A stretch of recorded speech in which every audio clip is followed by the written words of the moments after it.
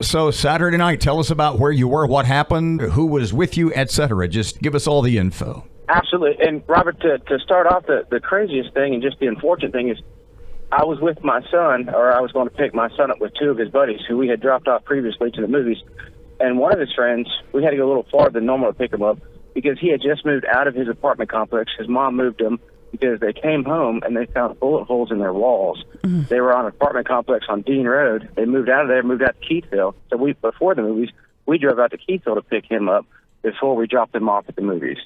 So that was a snare right there. And then we go to pick them up, and as soon as we get to the front of the movie theater and we put the boys start getting in, I started hearing the gunshots go off.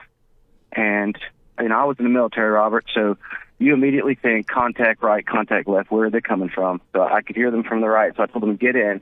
We took off, and as soon as we started leaving Tinseltown, I saw one of the officers flying through the opposite side of the parking lot, and I saw one of what could have been the suspects or a possible victim running through the parking lot away from the action.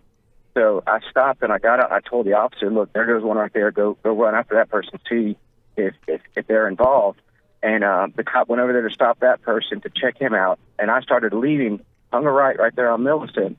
And another kid ran up to our car, holding his face with blood coming out from his face, saying, I've been shot.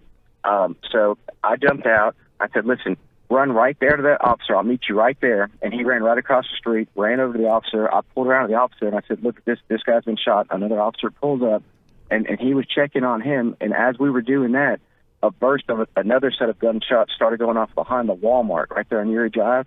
And I asked the officer, I said, do you have this guy? He said, yeah, I got him. And I said, look, I got to get my family out of here. I had my entire family, my wife, all in the car.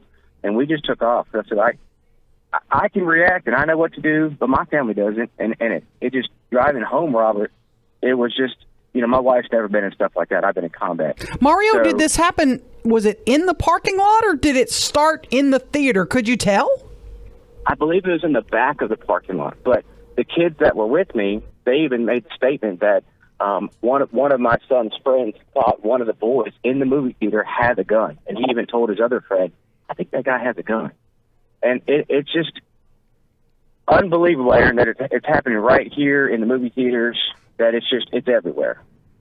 And these are young. There's a 13-year-old dead, Mario. That's what, a 7th grader? That's just unbelievable, Aaron. What do we do? You're one of our community's leaders. What is your message today to others who have a way to do something? What do we have to do?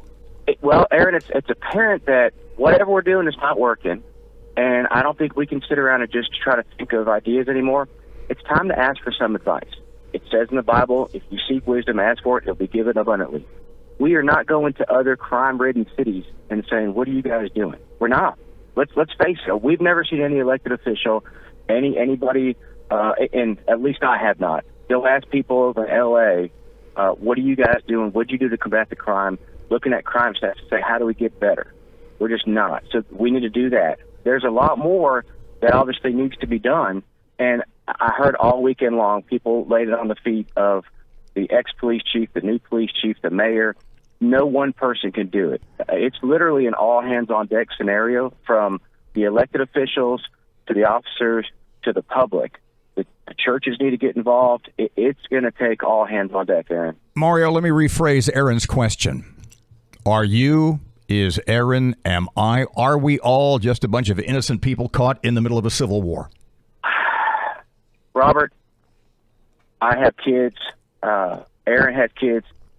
This next generation coming up, they're lacking the discipline, at least the majority of them, to even think like this. Because I couldn't see my son, he's 13, he would never leave that. I would know if he owned a gun. I would know if he went to the movie theater with his friends carrying a gun. So it just begs the question, who are these kids' parents? Why are they running around with guns? Where's the lack of discipline in the homes? Where is that?